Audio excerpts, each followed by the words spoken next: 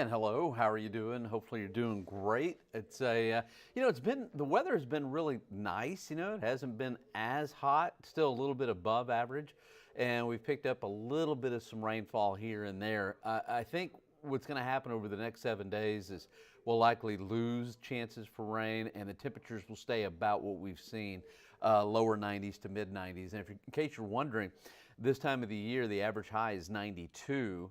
About 3 or 4 weeks ago in the early part of August, the average high was 97. So it's coming down and the average highs will continue to decrease as we head through the month of September. All right, got a lot of folks with me today. Just want to say hi to Linda. Hey, how are you doing? David, how are you? Dolores, thanks for logging in with us today. Dan, hope you're doing good. And is that CeeLo? How are you doing? Hope you're doing great too. And Ophelia, hi. Joe, how are you? Okay, so if you're wondering where we're going from here, here's the forecast. First of all, we've got an air quality health alert. And, you've heard me say this, talk about these air quality health alerts. How do they happen? Well, if we have light winds, lots of sunshine, then sometimes we'll have a buildup of ozone. And so I think today is going to be one of those days. So if you're sensitive to the air quality, you may want to limit your time outdoors. All right, yesterday we had a few little isolated showers that developed with the heating of the day. Started at about 2:30 in the afternoon. Most of the action was on the west side of town and also the south side. North side didn't see a whole lot yesterday. I think today is going to be very similar, that we'll have maybe a 10% coverage of showers and storms this afternoon, just not a real good chance of seeing rainfall. Temperature now is 84, the low this morning 74. Record high was set a long time ago, back in 1893. We reached 102 degrees. We're not going to come anywhere near, thankfully, we won't come near that record high. A high temperature this afternoon, I think we'll hit about 93. And again, about a 10% chance of seeing some showers developing with the heating of the day. Temperatures this morning, we started off 74, we're now at 84. It looks like we've got a little shower kind of outside the viewing area north of Lavaca County. We've got one that's just outside the viewing area just south of Goliad. Not a whole lot of rain out there yet, but we're unstable enough that I think with a little daytime heating, we should see some more showers and storms develop with the heating of the day. All right, looking at the surface map, we've got an area of low pressure around New Orleans, quite a bit of rain offshore. Kind of almost a double-barreled area of low pressure there in the Gulf of Mexico. No frontal boundaries. Matter of fact, our winds have come back to the south and east, so there's really not going to be any kind of really focus for showers and storms, but I do think it's going to be unstable enough that we'll have some isolated showers and storms that will develop. I've been using this lately. I love this. I've got several things superimposed here. I've got the flow at 500 millibars, which is about 20,000 feet.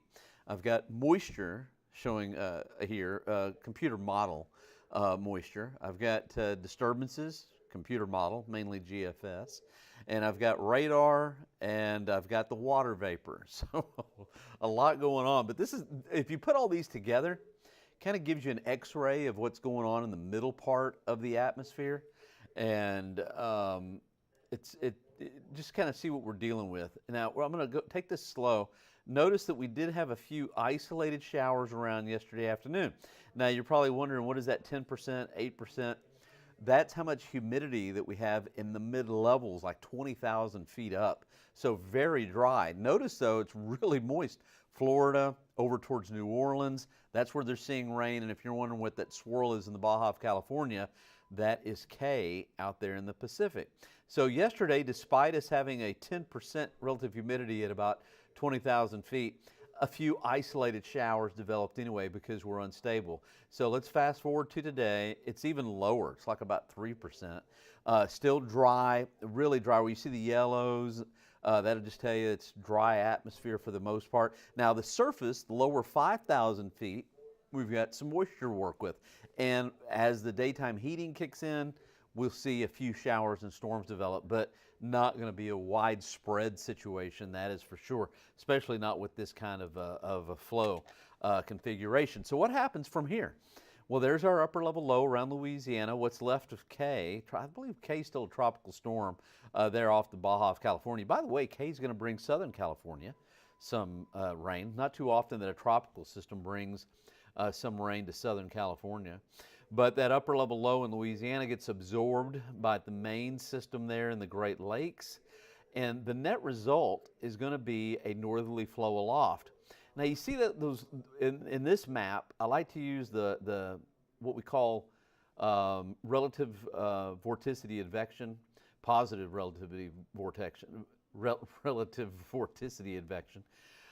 So it shows up as that little red thin line there. Sometimes, I'll call it a disturbance or whatever, but that's basically what it is positive relative vorticity.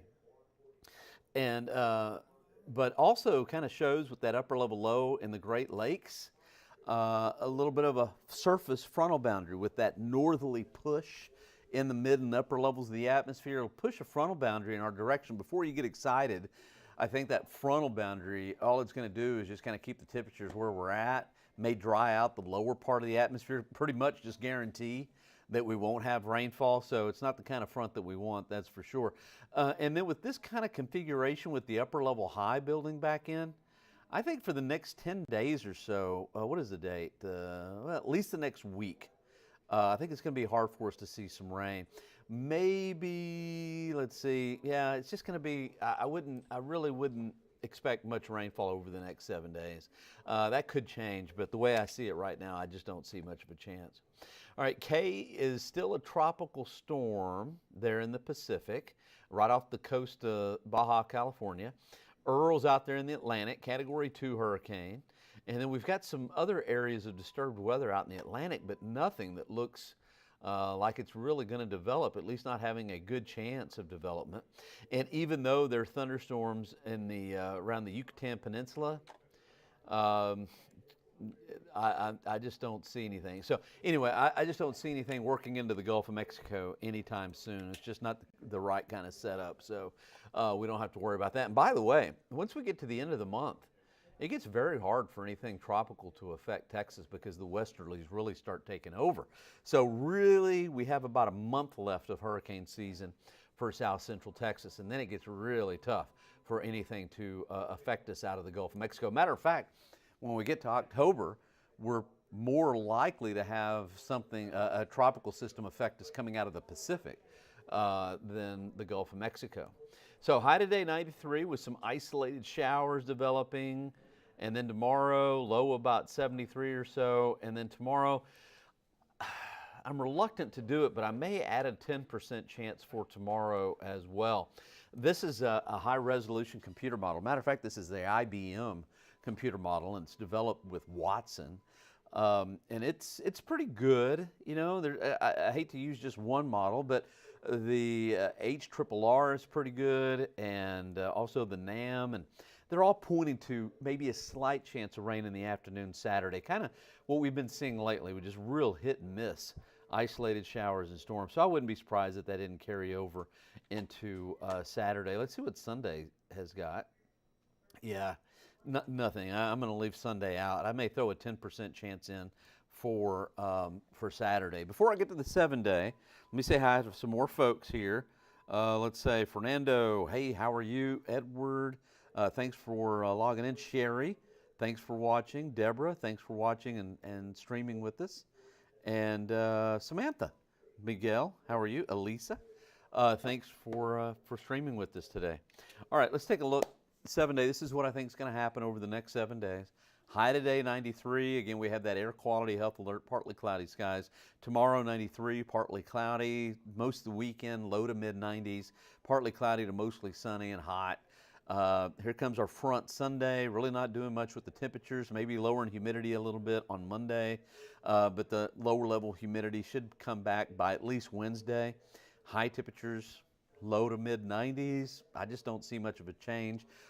Maybe by the time we get to the end of the week, maybe back to isolated showers, but right now I just don't see a whole lot of rainfall. See a lot of sunshine and high temperatures just slightly above where they should be for this time of the year, which is a lot better than breaking records every day and hitting 100 degrees every day. Of course, we're getting closer to fall, and so temperatures should continue to drop. At least they should. And I don't see much of a chance that we're going to break that record. There still is a chance that we could get to 59 100-degree days, but that chance is looking less and less likely, but still a chance.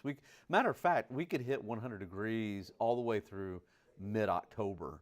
And then after that, then it gets really hard. So we still have some time there, but I just don't see it anytime soon. So thanks for streaming with us. And we've got the noon show today. Watch 4, 5, 6, and 10. And I'll be back Monday. All right. Thanks again. We appreciate you watching KENS 5. Have a great weekend if I don't see you.